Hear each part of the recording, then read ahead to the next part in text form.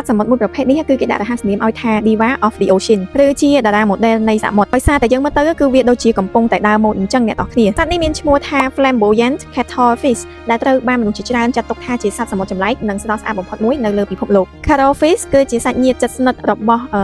មឹកអ្នកនរគ្នាប៉ុន្តែខុសពីមឹកធម្មតាវាមិនសូវចូលចិត្តហែលទឹកនោះទេដោយជំនួសមកវិញហ្នឹងគឺវាចូលចិត្តប្រើដៃតូចៗរបស់វាដើរយឺតៗនៅលើបាតសមុទ្រនៅពេលដែលយើងមើលពីចម្ងាយវាហាក់ដូចជាសត្វមកពីពិភពផ្សេងដូច្នោះដែរទំហំរបស់វាមានប្រវែងត្រឹមតែ8សង់ទីម៉ែត្រប៉ុណ្ណោះប៉ុន្តែពណ៌របស់វាអាចទាក់ទាញចំណាប់អារម្មណ៍របស់មនុស្សគ្រប់គ្នាបានអ្វីដែលធ្វើឲ្យសត្វនេះល្បីបំផុតនោះគឺជាសមត្ថភាពផ្លាស់ប្ដូរពណ៌របស់វាហើយវាអាចបដូរពណ៌ពីលឿងទៅក្រហមពីក្រហមទៅស្វាយឬខ្មៅក្នុងរយៈពេលតែប៉ុន្មានវិនាទីតែប៉ុណ្ណោះអ្នកវិទ្យាសាស្ត្របានរកឃើញថានៅក្រោមស្បែករបស់វាមានកោសិកាពិសេសដែលអាចបើកនិងបិទពណ៌ផ្សេងៗបានអ្នកនរគ្នាហើយវាប្រើសមត្ថភាពនេះសម្រាប់លាក់ខ្លួនពីសត្រូវទាក់ទាញគូស្នេហ៍និងប្រមានសត្រូវឲ្យនៅឲ្យឆ្ងាយដូច្នេះហើយទើបមនុស្សជាច្រើនហៅវាថាជាសិល្បករនៃសមុទ្រតែទោះបីជាវាមានរូបរាងគួរឲ្យស្រឡាញ់ក៏ដោយកុំមើលងាយវាឲ្យសោះអ្នកនរគ្នា Flamboyant Cuttlefish គឺជាសត្វមួយនៅក្នុងចំណោមប្រភេទ Cuttlefish តិចតួចដែលមានពិសអ្នកវិទ្យាសាស្ត្រជឿថាពិសរបស់វាអាចជួយការពារខ្លួនវាពីសត្វប្រមាញ់បាននេះហើយជាមូលហេតុដែលវាមិនចាំបាច់រត់គេចលឿនដូចជាសត្វសមុទ្រផ្សេងៗនោះទេពណ៌ភ្លឺៗរបស់វាហាក់ដូចជាសញ្ញាប្រាប់ថាកុំមកចិត្តខ្ញុំអី Cuttlefish ត្រូវបានរកឃើញនៅតំបន់សមុទ្រក្តៅនៃអាស៊ីអាគ្នេយ៍